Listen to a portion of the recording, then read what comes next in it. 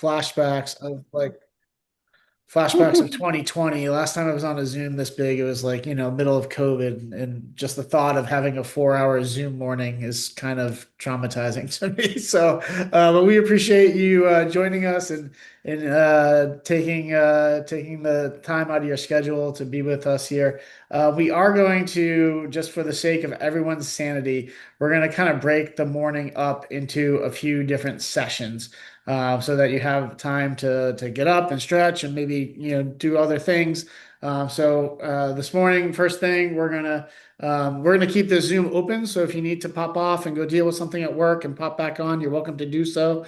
But we're going to start this morning with this little introduction thing. We're going to hear from Janelle Lawton from the state in just a minute, and then we'll take a little break and come back at 9:45 to keep the program going and talk about Go Portsmouth and hear an update from our assistant city manager, Sean Clancy, who's here and ready to go. So we're just very thankful that everyone can be here with us today. I'm not exactly sure why Andy wants to know when I'm teaching yoga class, but that's not really my gig. I can recommend several yoga studios. We have many in our membership, and I'm happy to point you in the right direction. You do not want me teaching you yoga because that would be scary all around. But the chat is going, so feel free to chime in and add in there. I did want to just share a couple bits of thank yous. One, I think it goes without saying that we need to thank the folks at the Seacoast Rep. They have now prepped for us to host this 2 times at their location, and both times we have been thwarted. One time, I will just share that not to any fault of their own, they had an issue where like all this snow got into their heating compressor of their heating and cooling system and kind of broke it. So we had no heat the first time, and now, of course, Mother Nature in the winter that will never let up has kind of jammed up the second go around here for the rep. But we really do appreciate their generosity and being willing to host us there, and they're great community partners, and we're just big fans of what they do over at the rep. So thank you to them. I also want to thank and introduce and point out some of the chamber staff that are here. We have Hope, maybe give a little wave, who is our tourism manager here at the chamber. We have Jen Stevens, our director of engagement and shenanigans. I think she spends more time focused on the shenanigans than the engagement, but whatever. No, I'm just kidding. And we also have Judy Davidson, who is down there, who is our business manager here at the chamber. And we're just very thankful for all she does to keep us on track and keep things moving along for us. So, Nate Hastings, our VP of membership and development, will be joining us in a little bit. I think he's still snowblowing his driveway and getting his kids out the door to school, but he'll be along momentarily. I did just want to share a couple updates from us at the chamber of things that are coming up and things that you might want to know. The big thing that I want to share is a new concept that we've been working on for just about a year now, and it's coming up in a few weeks. It's the first weekend of March that we are looking to brand as a weekend of music here in Portsmouth. And we've titled that kind of music festival Here and There, HEAR, here and there. And you can go to hereandthereportsmouth.com to learn all about that. And maybe someone can drop a link in the chat there. But we've been partnering with all our favorite local music venues to have them program just a weekend of music. So you're going to see places like the Press Room and Jimmy's and 3S Art Space and some non-traditional spaces as well.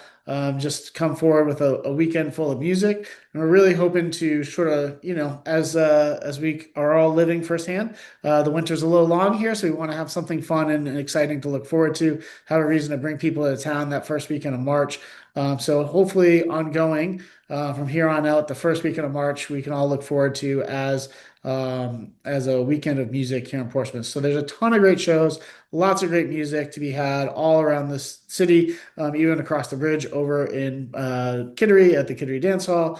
So lots of great stuff to know about and hear about and just enjoy that weekend. So hopefully you can check that out and spread the word. We've been doing a ton of social media marketing for this and some traditional marketing as well, but hopefully it's filling your social media feeds and you're hearing all about it through that.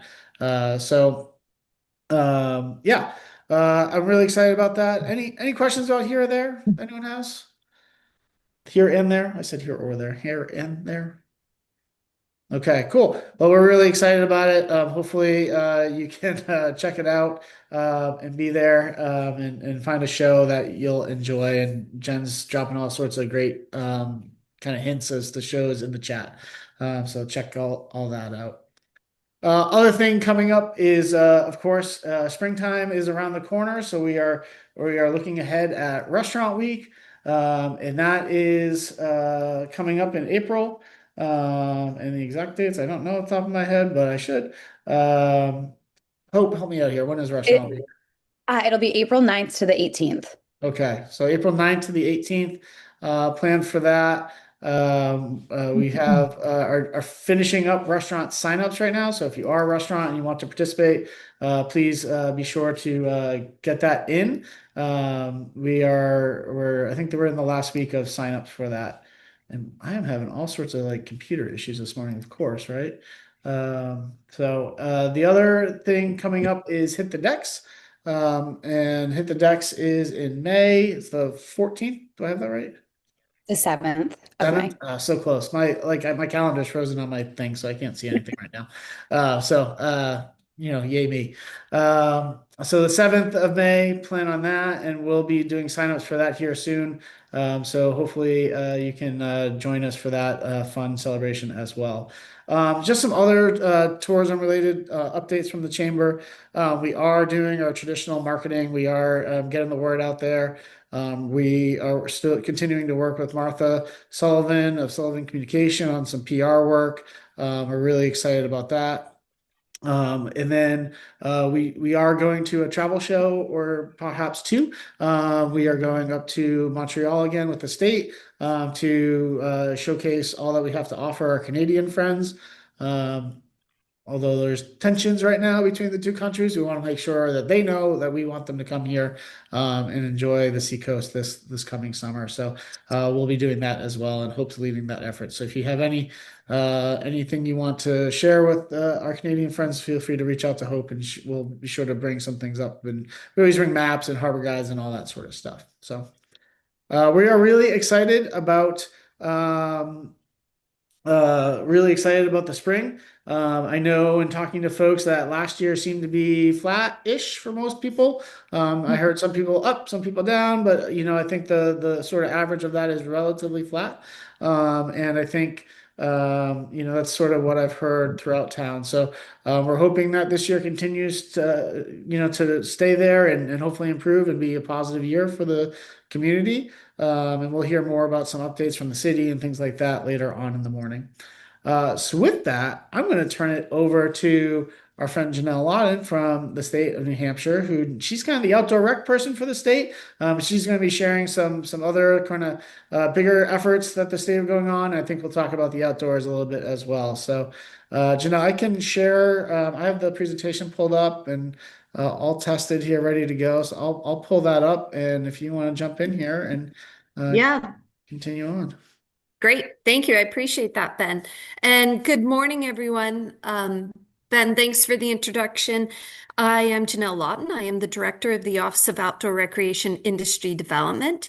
And my office sits right alongside of the Division of Travel and Tourism Development, which is led by Director Michelle Cruz. And unfortunately, with the rescheduling, Michelle was not able to be here today. So I am going to share travel and tourism's information on their behalf. And I just want to call out a couple of things Michelle asked me to share. She was really bummed actually to miss being in Portsmouth this morning. You know, chambers are her background, and so she really likes coming into the communities and connecting. If you don't know Michelle. Another little fun fact about Michelle is she is a theater mom, and she really wanted me to pass along all her thanks to Alexandra for, trying to host this year at the Seacoast Rep, and just to say thank you for all the amazing talent you're bringing into the Seacoast. So, hopefully, we'll get a chance to convene there in the future. So travel and tourism's mission is really about promoting New Hampshire as a four-season vacation destination, increasing visitation, travel expenditures, business activity, and employment around the state. And they have a great team over at Travel and Tourism who you'll see here. I'll also, at the end of this presentation, share some links. So if you want to contact any of these amazing people here, the link will have it's meet the team, and you'll have their access to all their information.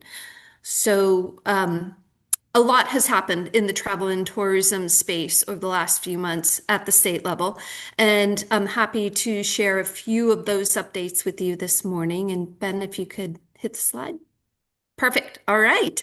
The visitor gateway, and I was bummed I have a box of them to share with you guys, but they will be getting into circulation soon. And for those of you who haven't seen the visitor guides in the past, I'll just share with you that this year's is hot off the press. It was produced in-house by our DTTD team. And they really did an amazing job at this edition. And I'll just note that all 7 regions of the state are covered. And it really is a great way to inspire travel and trip planning across the state. In each region, it speaks to history, outdoor adventure, shopping, events, arts, culinary. So it really gives a diverse taste, shall we say, of what the state of New Hampshire has to offer. So those will be getting into circulation very soon. Slides. Perfect. All right. Mud. Mud is a new initiative, and it's quite fun. Mud is Make Unique Discoveries, and it's a spring shoulder season campaign that's really designed to help drive visitation during one of our slowest times of the year. It packages what the spring shoulder season is and how it's ownable and unique to New Hampshire. It really helps to spark curiosity and drive the compelling reasons of why people should come to New Hampshire during the mud season. So I'll note that this concept grew out of a partner strategy session that happened last fall, and some of you were involved in that.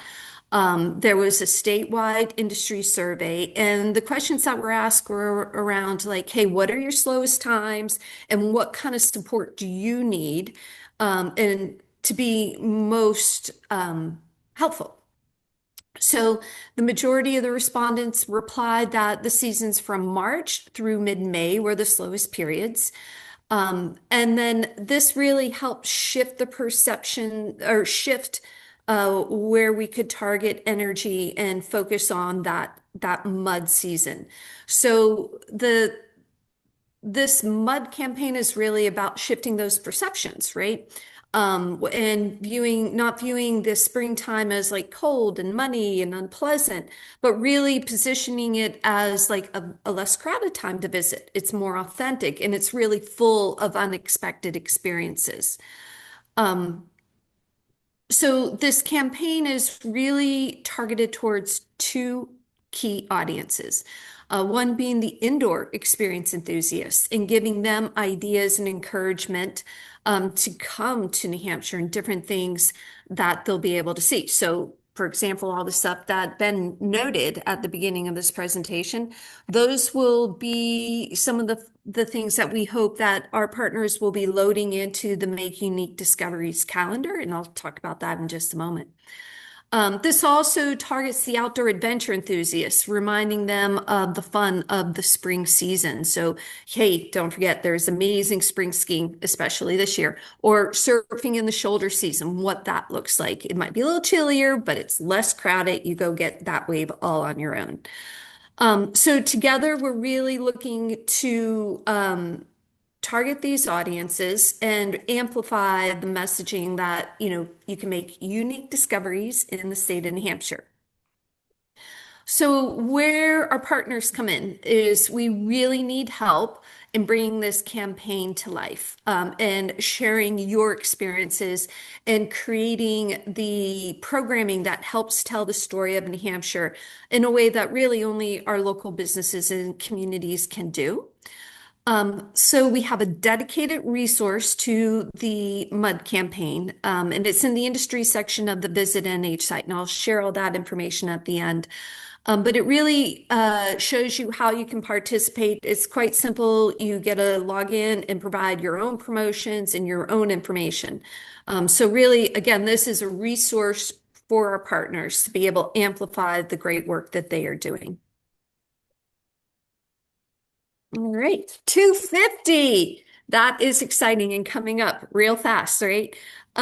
So I want to start by saying that there'll be a lot of celebrations throughout the state. And what the state has looked to do is provide a brand for New Hampshire in America's 250th celebration. So we've developed a dedicated webpage in the industry section of visitnh.gov that will serve as a hub for all the America's 250 resources. And this is very similar to what was created for the solar eclipse. If folks remember how the state supported that effort. It'll give you access to state resources, including this logo, branding guidance, and online tools to support your efforts. So there are actually two sites. One will be consumer facing and one will be the industry facing site where they can go in and pull these resources. I'll share that information with you at the end. Okay, Made in New Hampshire. I'll just quickly introduce the program and then we have a couple slideshows to show you, the wonderful thing about starting a small business here in the state of New Hampshire is the access. We have access to decision makers. This is a pretty incredible area have always for believed in scientists, natural researchers, products engineers. And that when I hear same Made in New belief Hampshire, in kind of natural I think healing. of pride. The state of New Hampshire has been amazingly engaged. All right, so I think we have two videos talking over each other there.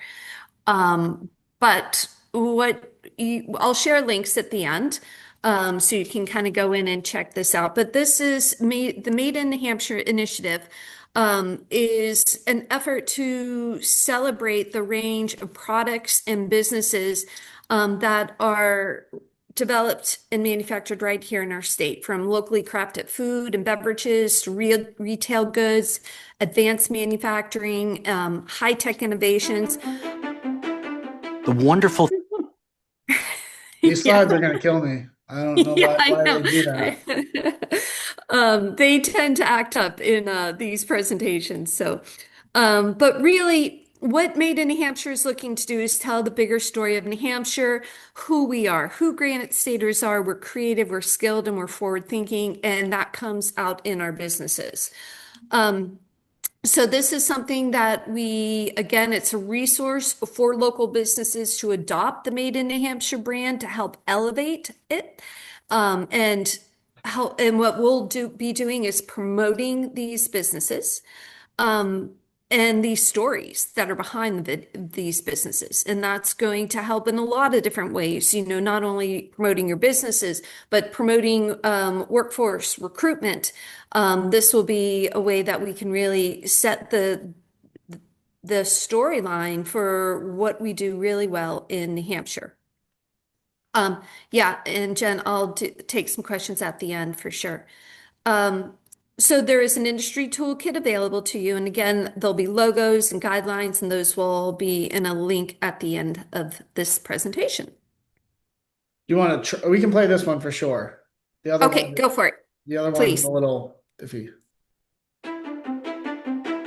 The wonderful thing about starting a small business here in the state of New Hampshire is the access. We have access to decision makers. This is a pretty incredible area for scientists, researchers, engineers. When I hear Made in New Hampshire, I think of pride. The state of New Hampshire has been amazingly engaged with us. Doing business in New Hampshire is absolutely spectacular. Simbex is Matco 3D is made in New Hampshire. Made in New Hampshire. Do we want to try the other one? Sure, Give it a go. absolutely.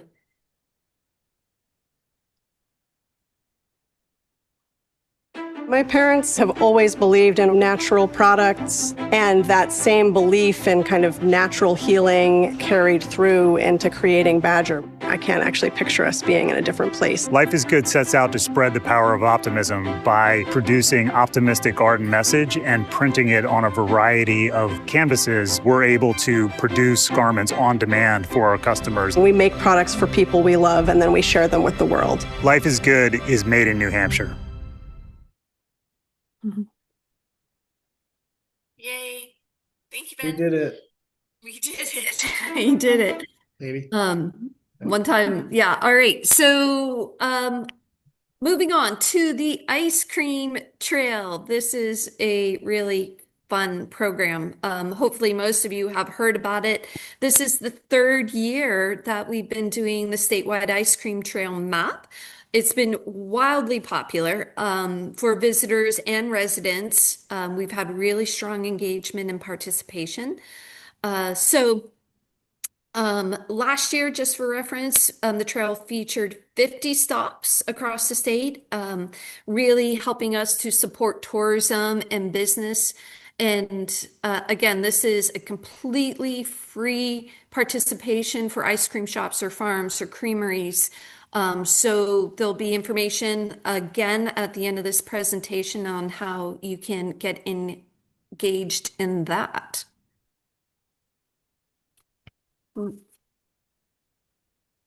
Okay, so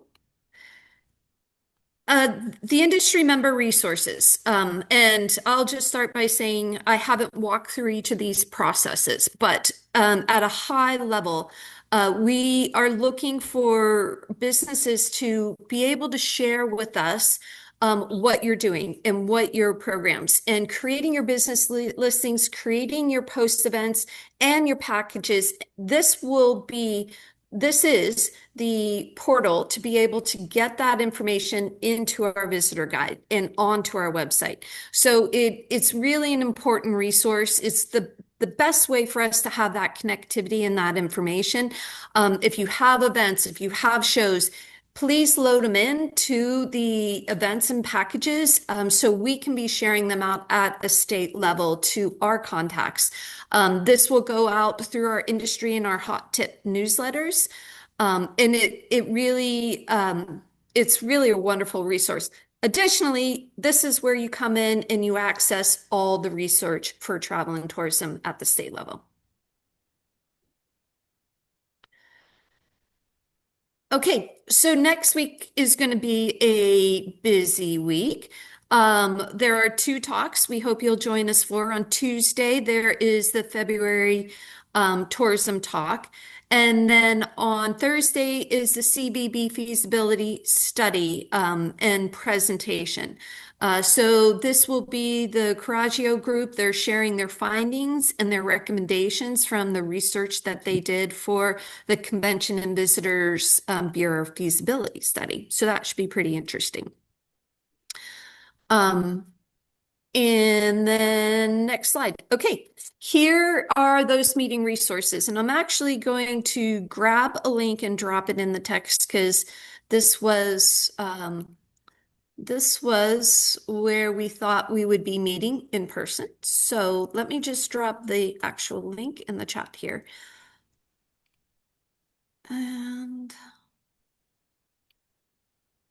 sorry, taking me a minute between all these screens. Okay, there we go. So everything we talked about, make unique discoveries, America's 250, Made in New Hampshire, CBB meeting and tourism meetings, the ice cream trail, and the industry section. Let me just see if I missed anything really quickly here. No, I think that's really it. So I'm happy to take any questions. If anyone has any questions about anything with state and tourism, feel free to raise your hand, like the virtual Teams Zoom hands, not this hand. That would be great. Robert? Yeah, I thought this was a question that maybe you and Janelle could address, but I was like a lot of people in the tourism industry, I was definitely, concerned about the seeing less, Canadian visitors in the last year or so because of all of the issues that are outstanding. What kind of a message can the Portsmouth Chamber as well as the state of New Hampshire, what can we really deliver to the Canadians to really let them know that we're still a very welcoming place and that we really want them to come back and they have nothing really to worry about if they come here. Janelle, do I'll you want to just take that? start by saying the Montreal Outdoor Expo, is something that got highlighted this year for importance in getting up there into Montreal, getting the chambers up there to really um, bridge that gap that might have spanned in this last year in bringing New Hampshire to Canada and saying, we're here and we want you to come visit us. The other thing I'd add to that too, Janelle, is last fall there was a contingent of delegates from New Hampshire that traveled up to Canada and did a tour of a few different provinces, and just to it was a focus. The focus of that tour was on doing business with each other, and a lot of trade type things and industry type things. But also the message was that we still want to continue a partnership. We still want to be partners with our Canadian friends. And then I believe, I don't remember the exact time, but it was pretty recently, they came here and our governor hosted them here in the state of New Hampshire. So I think from a high level governor's office down through travel and tourism and all the state offices, we know that this is not a problem the state of New Hampshire created. And we're doing everything we can to communicate to them that we still welcome them here. They will have be welcomed with open arms here, and we're doing everything we can.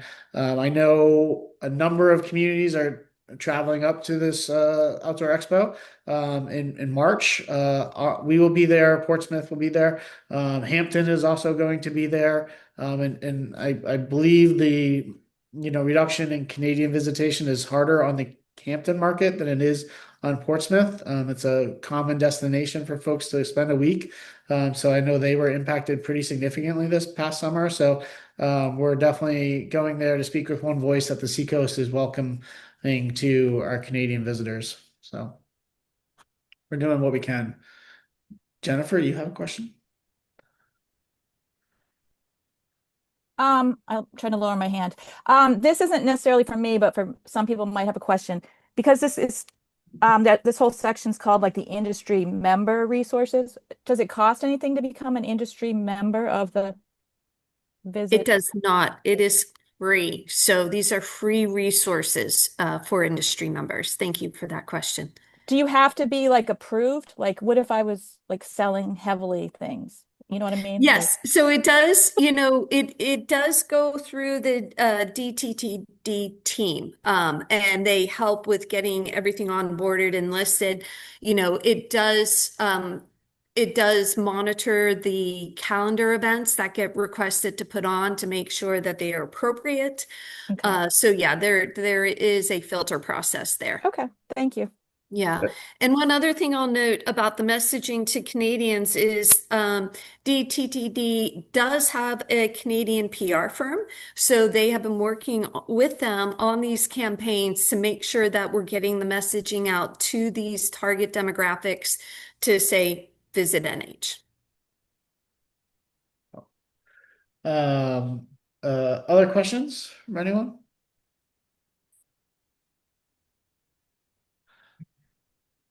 All right, pretty easy one for you, Janelle. Thank you so much. Really appreciate you being here. I do want to share some of just my perspectives about the state travel and tourism team. They are phenomenal to work with.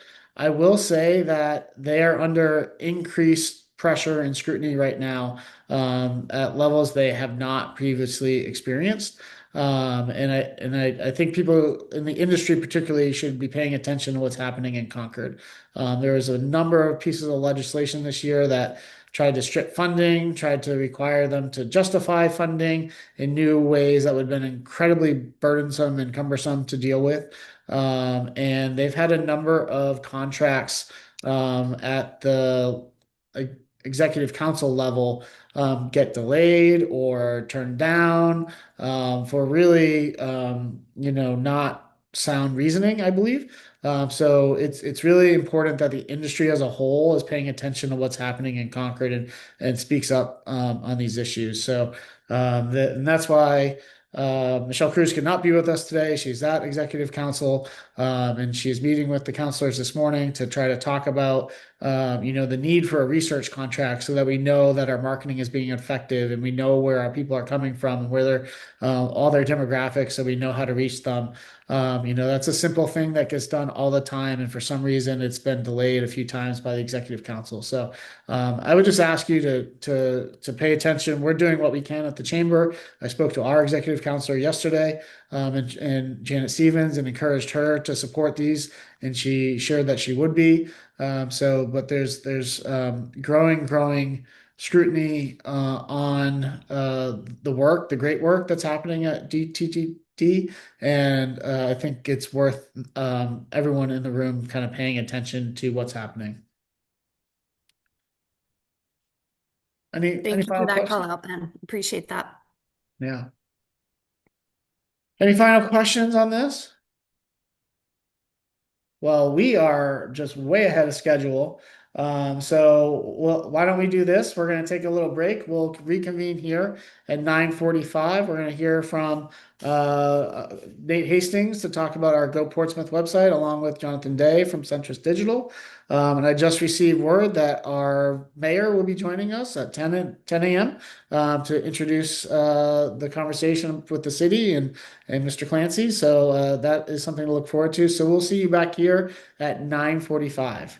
All right. Thanks, Janelle. Really appreciate it. Thanks, Janelle. Thank you, Thank Janelle. you, everyone.